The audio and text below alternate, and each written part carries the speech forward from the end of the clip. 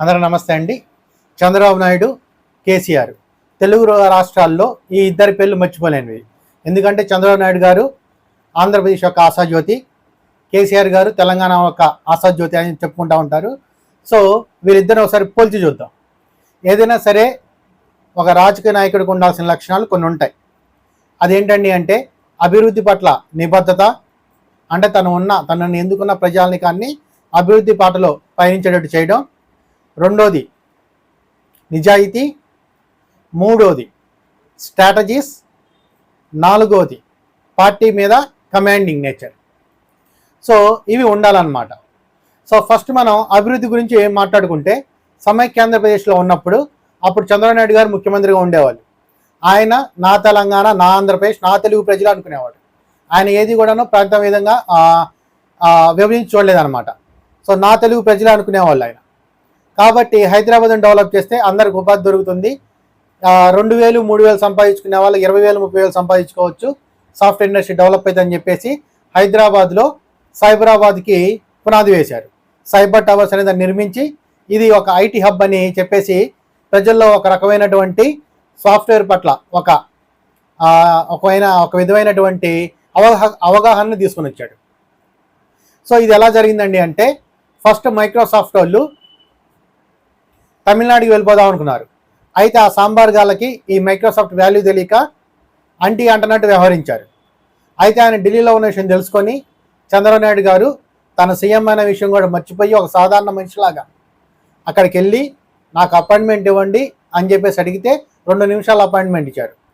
ఆ 2 నిమిషాల అపాయింట్మెంట్ని దాదాపు 20 నిమిషాలు అక్కడి నుంచి 2 గంటలు చేసుకొని ఆయన ఒక పవర్ పాయింట్ ప్రజెంటేషన్ ప్రిపేర్ చేసుకొని ఆయనకి ఇచ్చారు. ఆయనకున్న కమిట్మెంటు, ఆయనకున్న నిబద్ధత, ఆయన ఇచ్చినటువంటి ప్రజెంటేషను, ఆయనకి రాష్ట్రం పట్ల ఉన్నటువంటి అవగాహన, అలాగనే అభివృద్ధి పట్ల ఉన్నటువంటి ఆ తపన, ఇవన్నీ గమనించి మా మైక్రోసాఫ్ట్ కంపెనీ ఇక్కడ పెట్టడానికి మాకు ఎటువంటి అభ్యంతరం లేదని బిల్ గేట్స్ గారు ఆ రోజులో ఒప్పుకున్నారు. సో ఆయన అలా అదేవిధంగా ఆ కంపెనీ కూడా ఇక్కడ పెట్టారు, అది మైక్రోసాఫ్ట్ అనేది. సో ఇక్కడ ఎప్పుడైతే మైక్రోసాఫ్ట్ కంపెనీ పెట్టాడో, ఏ సాఫ్ట్వేర్ కంపెనీకి వెళ్ళినా కానీ అంత పెద్ద మైక్రోసాఫ్ట్ కంపెనీ పెట్టారు, మీకేంటి ప్రాబ్లం ఏంటి చెప్పండి, మీదేనా సాయం చేయగలదు సాయం చేద్దని చూపించి ప్రతి ఒక్కరికి మైక్రోసాఫ్ట్ని ఒక దీనిలాగా చూపించి, ఒక పెద్ద దీనిలాగా చూపించి, అఫ్కోర్స్ అది చాలా పెద్దది అనుకోండి, దాన్ని ఒక నమూనాగా చూపించి మనకి చాలా సాఫ్ట్వేర్ కంపెనీస్ రావడానికి దోహదం చేశారు. ఇది అభివృద్ధి పట్ల ఆయనకున్నటువంటి నిబద్ధత, దీన్ని ఎవరు కాదనిలేనిది. అలాగనే సైబర్ టవర్స్ కావచ్చు, ఇంకేదైనా సరే దాన్ని డెవలప్ చేయాలన్నా ఇదితోటి వెళ్ళేవాళ్ళు. అలాగనే అక్కడితో ఆగిపోకుండా ఏదో కంపెనీస్తో మాట్లాడడానికి కాకుండా కాలేజెస్కి వెళ్ళేవాళ్ళు, యూత్ తోటి ఎంగేజ్ అయ్యేవాళ్ళు. ఇంట్లో ఉన్న ప్రతి అమ్మాయి జాబ్ చేయాల్సిందే, రోజులు మారాయి అని చెప్పేసి పేరెంట్స్ని మీడియా ద్వారా కన్విన్స్ చేసేవాళ్ళు, కుదిరితే డైరెక్ట్కి వెళ్ళి చెప్పిన సందర్భాలు కూడా ఉన్నాయి. సో ఆ విధంగా చూడండి, మహిళలు చాలామంది ఉన్నారు. వాళ్ళకి ఎప్పటికీ తండ్రి తర్వాత స్థానం చంద్రబాబు నాయుడుకి ఇచ్చిన సందర్భాలు చాలా చూసాం. ఏ మహిళ అయినా సరే చంద్రబాబు గారి మీటింగ్లో ఉన్నప్పుడు మాట్లాడితే, సో మా తండ్రి తర్వాత మా తండ్రి అంటారు వాళ్ళని చెప్పేసి చెప్తున్న సందర్భాలు కూడా ఉన్నాయన్నమాట. ఎందుకంటే ఒకప్పుడు ఆ అమ్మాయిలు అంటే కొంతవరకు చదవడం, తర్వాత పెళ్లి చేసి పంపించేయడం, మహా అయితే ఏదైనా బ్యాంక్లోనో లేకపోతే ఏదైనా గవర్నమెంట్ జాబ్ వస్తే పంపించేవాళ్ళు. ప్రైవేట్ జాబ్స్ అనేవి కూడా చాలా తక్కువగా ఉండేవి, జీతాలు కూడా చాలా తక్కువగా ఉండేవి. సో అటువంటి సందర్భంలో అమ్మాయిల్ని అలాగే అబ్బాయిల్ని ఇద్దరిని ఎంకరేజ్ చేశారు. ఒకప్పుడు 10,000, 15,000 అనుకుంటేనే గొప్ప అనుకునేవాళ్ళు. అటువంటిది 30,000, 40,000, 50,000 లాంటి జీతాలు వచ్చేలాగా చేశారు ఆ రోజుల్లో, 2002 ఆ టైంలోనే అనమాట. సో ఇది అభివృద్ధి పట్ల, ప్రజల పట్ల అనుకున్నటువంటి కమిట్మెంట్. ఆ తర్వాత ఇక్కడ మనం కేసీఆర్ గారిని చూసినట్టయితే, ఈయన తెలంగాణ కోసం కొట్లాడి ఆ ఉద్యమాలు అవి చేసి, తర్వాత తెలంగాణ వచ్చిన తర్వాత చంద్రబాబు నాయుడు గారు ఏదైతే డెవలప్మెంట్ చేశారో దాన్ని కొనసాగించారు. తండ్రి కొడుకులు ఇద్దరు కొనసాగించారు. అది మనకి ఫైనాన్షియల్ డిస్ట్రిక్ట్ అని చెప్పుకునేటువంటి గచ్చిబౌలికి వెళ్తే ఆ బిల్డింగ్స్ కూడా కనబడతాయి. సో వాళ్ళు కూడా అభివృద్ధి చేశారు, దాన్ని ఎవరు కూడా కాదని లేనటువంటి వాస్తవం.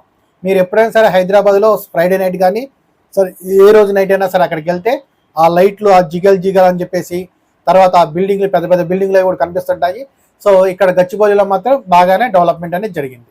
అలాగనే ఇక్కడ మౌలిక వసతులను కూడా ఆయన ఇక్కడ పక్కదో పట్టించినట్టు ఏం కాదనమాట. అంటే వాటన్నింటిని కూడాను కేరింగ్గానే చూసుకునేవాళ్ళు, హైదరాబాద్ వరకు బాగానే చూసుకునేవాళ్ళు. ఆ తర్వాత వచ్చినట్టయితే ఇక నిజాయితీ విషయానికి వచ్చినట్టయితే, బాబు గారు ఆంధ్రప్రదేశ్ ఏర్పడిన తర్వాత నా ఆంధ్ర ప్రజలు బాగుండాలి, వాళ్ళు ఎంతో నష్టపోయారు అని చెప్పేసి అమరావతిని చాలా పెద్దగా డెవలప్ చేయాలనుకున్నారు. అనుకున్నట్టుగానే 33,000 ఎకరాలు సేకరించారు. ఎంత త్వరగా అయింది అంటే ఇది ప్రపంచంలో ఏ నాయకుడు కూడా ఇంత త్వరగా అవదేమో మరి.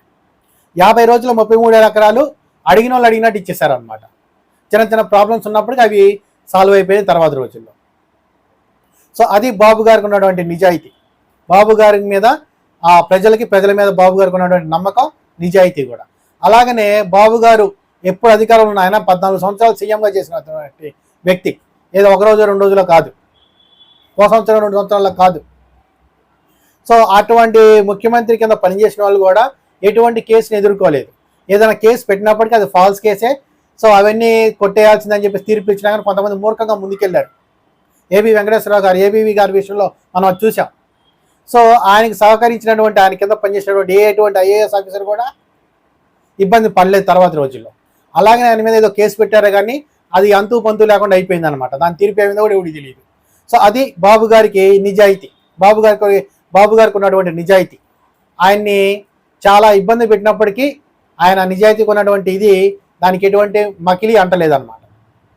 ఇక్కడ మన కేసీఆర్ గారిని చూసుకున్నట్టయితే తెలంగాణ వచ్చిన తర్వాత ఆయన కాళేశ్వరం అది అని చెప్పేసి కట్టారు. దాని మీద చాలా కంప్లైంట్స్ వచ్చాయి, దాని మీద విచారం జరుగుతుంది. అలాగనే ఆయన ముఖ్యమంత్రిగా ఉన్న టైంలో ఎవరైతే ఐఏఎస్లు ఐపీఎస్లు పనిచేశారో వాళ్ళు ఇబ్బంది పడుతూనే ఉన్నారు. ఈ ఫోన్ ట్యాపింగ్ అని చెప్పేసి ఈ విధంగా అనమాట. సో ఇది కేసీఆర్ గారిని ఇక్కడ మనం గమనించాలి. అదే మంచిని మంచిగా చూడాలి, చెడుని చెడుగా చూడాలి. రేపు కోర్టు తీర్పు ఏదైనా వస్తే నేనే వీడియోలో చెప్తాను కేసీఆర్ గారిది అదేం లేదంట అని చెప్పేసి. సో ఇప్పుడు కూడా సిచ్యువేషన్ నేను ఎక్స్ప్లెయిన్ చేస్తాను అనమాట. సో ఆయన దగ్గర పనిచేసిన ఐఏఎస్లు ఐపీఎస్లు ఇప్పుడు ఇబ్బంది పడుతున్నారు. అలాగనే కాళేశ్వరం మీద కూడా రకరకాల విచారణలు అనేవి జరుగుతూనే ఉన్నాయి. అది కుంగిపోయిందని చెప్పేసి ఇలాగనమాట. సో అలాగనే కొంతవరకే వ్యవధి అంటే 16,000 కోట్లు కావాల్సింది చాలా ఎక్కువ వ్యయం చేసేసారు. అందులో చాలా వరకు తప్పుదోవ పట్టిన నిధులు అని చెప్పేసి, మిస్యూజ్ అయిన నిధులు అని చెప్పేసి ఇప్పటి కంప్లైంట్ ఇస్తూనే ఉన్నారనమాట. ఇది చంద్రబాబు నాయుడు గారిని కేసీఆర్ గారిని పోల్చి చూసినట్టయితే. ఇకపోతే స్ట్రాటజీస్. సో చంద్రబాబు నాయుడు గారు ఎప్పుడు కూడా కేంద్రంతో సఖ్యతగా ఉండాలి, అప్పుడే మనకు కావాల్సినటువంటి నిధులు వస్తాయి, మనం అడిగిన ప్రాజెక్ట్స్ అవన్నీ కూడా కొంచెం త్వరగా శాంక్షన్ అయితే అని చెప్పేసి కేంద్ర ప్రభుత్వంలో భాగస్వామి అవడానికి ఎప్పుడు సంసిద్ధత వ్యక్తం చేస్తూ ఉంటారు అనమాట. అన్ఫార్చునేట్లీ 2014 నుంచి 19 దాకా బీజేపీ గవర్నమెంట్కి టీడీపీకి సరిగ్గా పడకపోవడంతో ఆయన లాస్ట్ దాకా చూసి అప్పుడు బయటకు వచ్చారు. కాకపోతే చేసిన మిస్టేక్ ఏంటంటే బద్ధశత్రువైనటువంటి కాంగ్రెస్ తోటి కలవడం. అది టీడీపీ క్యాడర్ కావచ్చు, సామాన్య జనాలకు కూడా కావచ్చు నచ్చలేదు. ఎందుకంటే ఆయన స్టాండ్ ఒకసారిగా మారిపోయాడు అనమాట. సో సరే ఏదైనప్పటికీ ఆయన సెంట్రల్ గవర్నమెంట్ తోటి సఖ్యతగా ఉండాలని చూస్తూ ఉంటారు. ఎందుకంటే సెంట్రల్ గవర్నమెంట్ తోటి సఖ్యతగా ఉంటే ఒకవేళ అధికారం పంచుకోవాల్సి వచ్చినా కానీ ఆయన కొంచెం తగ్గినప్పటికీ ప్రజలు సుఖంగా ఉంటారనేది ఆయన ముఖ్య ఉద్దేశం. ఇక్కడ తెలంగాణలో గమనించినట్టు కేసీఆర్ గారు ఇక్కడ నేనే తెలంగాణ తీసుకొచ్చాను అని చెప్పేసేటువంటి భావన ఆయనలో మనకి స్పష్టంగా కనిపిస్తూ ఉండింది. కాబట్టి నేను తీసుకొచ్చిన తెలంగాణని ఇంకొకళ్ళతోటి ఎందుకు నేను అధికారం షేర్ చేసుకోవాలని చెప్పేసి కాంగ్రెస్ తోటి దూరంగానే ఉంటారు, బీజేపీ తోటి దూరంగానే ఉంటారు, ఇక తిడతానే ఉంటారు అనమాట. సో ఇక్కడ చూసినట్టయితే ఇక స్ట్రాటజిక్ పరంగా బాబు గారు కొంచెం ముందులో ఉన్నట్టు కనిపిస్తూ ఉండేది అనమాట. ఎందుకంటే ఆయన పొత్తు పెట్టుకోవడానికైనా ఇక చూసిగా ఆయన బయటికి రాడు అనమాట. ఆ పొత్తు వల్ల ఆయనకి నష్టం జరిగింది. ఎందుకంటే సీట్లు ఆశించిన వాళ్ళు రారు, ఆ సీట్లు ఆశించిన వాళ్ళకి కొన్నిసార్లు భంగపాటు తప్పదు. ఆయన మళ్ళీ కేడర్ని ఇచ్చేసుకోవాలి. ఒకవేళ వాళ్ళు మాట వినకుండా పక్క పార్టీకి వెళ్ళినా కానీ ఆ నష్టం కూడా ఆయన భరించుకోవాలి. కానీ ప్రజలకి ఉపయోగపడిందని చెప్పేసి ఆయన చాలా తగ్గే ఉంటారనమాట. ఇక్కడ కేసీఆర్ గారు చూస్తే సో ఆయన అసలు అధికారం వేరే వాళ్ళతో షేర్ చేసుకోవడానికి కూడా ఆయన మనసు అనేది ఒప్పుకోదు. ఇకపోతే ఈయన స్ట్రాటజీ చూస్తే ఈయన అభివృద్ధి గురించి ఏదైనా మీటింగ్ పెట్టాడు అంటే అది ప్రజల్లోకి తీసుకెళ్ళాలి. అంటే అది కూడా ఒక స్ట్రాటజీనే. పబ్లిక్ మీటింగ్ కూడా ఒక స్ట్రాటజీ కిందనే వస్తుంది. ఎందుకంటే మనం చేస్తున్న ప్రతి పని ప్రజలకు తెలియాలి. ఇప్పుడు ఓట్ బ్యాంక్ పాలిటిక్స్ చేస్తూ ఉంటారు కొంతమంది, మతపరంగానో కులపరంగానో ఇలాగా. సో ఈ పబ్లిక్ మీటింగ్ అనేది కూడా ఒక రకమైన ఓట్ బ్యాంక్ క్రియేట్ చేస్తే ఎలాగా పాజిటివ్గా, అంటే మన కోసం బాబు గారు ఇంత కష్టపడుతున్నారు అనేటటువంటి భావన ప్రజల్లో కలుగుతుంది. సో కలిగి ఈ విధంగా ఎంతమంది అయితే ఆ మీటింగ్ వచ్చారో అందులో చాలా వరకు మన బాబు గారు మన కోసం కష్టపడతాను, నేను గెలిపించుకోవాలనేటువంటి ఆలోచన వస్తుంది. అదే మనం 2024లో చూసాం. సో ఈ విధంగా ఆయన స్ట్రాటజీ అనేది ఉండేది. అంటే మనం చేసే పని ప్రజలకు తెలియాలి అని చెప్పేసి ఇక ఉదయం లెగవడం, బ్రేక్ఫాస్ట్ చేయడం, ఇక రోడ్డు మీదకి వచ్చాడంటే ఇక ప్రెస్ మీటింగ్లు స్టార్ట్ ఆయన. సో పలానా దగ్గరికి వెళ్తున్నా అక్కడ ప్రెస్ మీట్, పలానా పని చేస్తున్నా అక్కడ ప్రెస్ మీట్. సో ఈ విధంగా బాబు గారు ప్రెస్ మీట్ పెట్టని రోజంటూ ఉండదు. ఆయన 365 రోజులు టీవీలో కనిపిస్తూనే ఉంటారు. సో ఇక్కడ కేసీఆర్ గారిని చూస్తే ఆయన అకేషనల్గా ప్రెస్ మీట్లు పెడతారు. అది కాక ప్రతిపక్షాలను తిట్టడానికి 90% వినియోగిస్తాడు. 10% ఏదైనా డెవలప్మెంట్ గురించి చెప్తాడు, లేకపోతే ఆ 10% కూడా ప్రతిపక్షాలను తిట్టడానికి సమయం వెచ్చిస్తాడు. ఇక్కడ చంద్రబాబు నాయుడు గారిని చూస్తే దానికి ఆపోజిట్. ప్రతిపక్షాలు ఏదైనా విమర్శ చేసాయంటే ఏదో ఒక 2 క్వశ్చన్లు అడుగుతారు, దానికి ఆయన సమాధానం చెప్తారు. తర్వాత అభివృద్ధి గురించి దీని గురించే మాట్లాడుతుంటాడు. బలకచల్ల ప్రాజెక్ట్ అంటాడు, పోలవరం ప్రాజెక్ట్ అంటాడు, ఆ తర్వాత 33,000 ఎకరాలకి అమరావతికి అయిపోయిన తర్వాత ఇప్పుడు 44,000 ఎకరాలు అంటాడు, ఇంటర్నేషనల్ ఎయిర్పోర్ట్ అంటాడు, భోగాపురం ఎయిర్పోర్ట్ అంటాడు, విజయవాడ గన్నవరం ఎయిర్పోర్ట్ అంటాడు.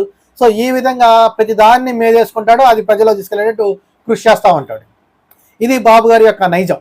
ఇది కూడా ఒక రకమైనటువంటి స్ట్రాటజీ. పొత్తులు పెట్టుకోవడమే కాదు, పొత్తులోంచి బయటికి రావడమే కాదు, మనం చేస్తున్న పని ప్రజలకు తెలియడం కూడా స్ట్రాటజీలో భాగమే. అందులో చంద్రబాబు నాయుడు గారు ముందుంటారు. ఇకపోతే కేసీఆర్ గారు పొత్తులకు అంతగా సానుకూలంగా ఉండరు. ఇంకొకటి ప్రెస్ మీట్లో అకేషనల్గా పెడతారు. అందులోనూ అభివృద్ధి గురించి జనాలకు ఎంతవరకు చెప్తారో తెలియదు. ఇక ప్రతిపక్షాల మీద మాత్రం ఇష్టారీతనం విరుచుకు పడతా ఉంటారనమాట. ఆయనకు నచ్చిన భాషలో మాట్లాడతారు. బాగుంటే కొంతవరకు పొలైట్గా మాట్లాడతారు, బాగలేదు అనుకుంటే ఇక తిడతాడు. బట్టే బాజ్ అంటాడు, వాడంటాడు, ఈడంటాడు. సో ఈ విధంగా ఉండి దాని వ్యవహార శైలి. ఇకపోతే పార్టీ మీద కమాండింగ్ అనేది ఇద్దరికీ ఉంది. చంద్రబాబు నాయుడు గారిని దాటి ఎవరు ఏ నిర్ణయం తీసుకునే పొజిషన్లో ఎవరు ఉండరు. సో ఒకవేళ ఎవరైనా కానీ అభిప్రాయాలు వచ్చి భేదాలు వచ్చి పక్కెళ్ళిపోతారన్నా కానీ సరేనమ్మా మీ ఇష్టం, మీ డెసిషన్ మీది అని చెప్పేసి మీకు నచ్చినట్టు మీరు ఉండండి అని చెప్పేసి ఆయన ఇలా చేసుకుంటారు అనమాట. అందుకే అలా ఉంటుంది అనమాట. సో పనిచేస్తున్న వాళ్ళని ఎవరిని కూడా ఆయన పోగొట్టుకోరు. కాకపోతే ఎవరైనా కానీ కొన్నిట్లో భేదాభిప్రాయాలు వచ్చి బయటకు వెళ్తున్నా కానీ తన పట్టు కోల్పోకుండా సరే మీ నిర్ణయం, మీ లైఫ్, మీ పొలిటికల్ లైఫ్ మీ ఇష్టం, మీ పర్సనల్ లైఫ్ మీ ఇష్టం, మీకు నచ్చినట్టు మీరు ముందుకు వెళ్ళండి అని చెప్పేసి సాధారణంగా పంపిస్తారనమాట. ఇక్కడ కేసీఆర్ గారు అయితే ఆయన ఎదురు తిరిగి మాట్లాడే ధైర్యం ఎవరు చెయ్యరు, చేసినా కూడా పార్టీలో ఉండరు. సో రాజకీయ నాయకుడికి ఏదైనా సరే ప్రాంతీయ పార్టీ అన్నప్పుడు పార్టీ మీద కమాండింగ్ ఉండాల్సింది, అది ఇద్దరికి ఉంది. అందులోనే ఇక్కడ తెలంగాణ చూసినట్టయితే ఇక్కడ సెంటిమెంట్ బాగా వర్కౌట్ అవుతుంది అనమాట. అంటే తెలంగాణ తీసుకొచ్చింది టీఆర్ఎస్, అఫ్కోర్స్ ఇచ్చింది కాంగ్రెస్ పార్టీ అయినప్పటికీ పోరాటాలు తర్వాత దీక్షలు ఇవన్నీ చేసి ముందుకు నడిపించింది కేసీఆర్ కాబట్టి అందులో చాలా వరకు అడ్వాంటేజ్ అని కేసీఆర్కే దక్కింది. అందుకనే 10 సంవత్సరాలు ముఖ్యమంత్రిగా ఉన్నారు. సో ఈ విధంగా తెలంగాణ సెంటిమెంట్ అనేది వర్క్ అయింది. అది ఆటోమేటిక్గా పార్టీ మీద సానుకూల ప్రభావం చూపించింది కాబట్టి ఆయనకి తొందరగా ఎవరు కూడాను వ్యతిరేకత అనేది వ్యక్తం చేయరు అనమాట. చేసిన వాళ్ళు కూడా పార్టీలో ఉండరు. సో ఈ విధంగా పార్టీ మీద కమాండింగ్ అనేది ఇద్దరికీ ఉంది. సో ఇక్కడ చూసుకున్నట్టయితే మనకి అభివృద్ధిలో కావచ్చు, నీతి నిజాయితీలో కావచ్చు, తర్వాత స్ట్రాటజీస్లో కావచ్చు, తర్వాత ఈ పార్టీ మీద కమాండింగ్లో కావచ్చు చంద్రబాబు నాయుడు గారే ఒక 2 అడుగులు ముందుంటారు. సో కేసీఆర్ గారు నేనే ఆయన తక్కువ చేసి మాట్లాడట్లేదు, ఆయన మీద ఉన్న అభియోగాలన్నింటినీ కూడా ఆయన క్లియర్ చేసుకొని స్వచ్ఛంగా బయటికి రావాలని నేను కూడా కోరుకుంటున్నాను. So thank you very much అండి. నా వీడియో మీకు నచ్చినట్టయితే లైక్ చేసి షేర్ చేయండి, నా ఛానల్ని సబ్స్క్రైబ్ చేసుకోండి. మీ అభిప్రాయాన్ని కింద కామెంట్ రూపంలో చెప్పండి. Thank you very much.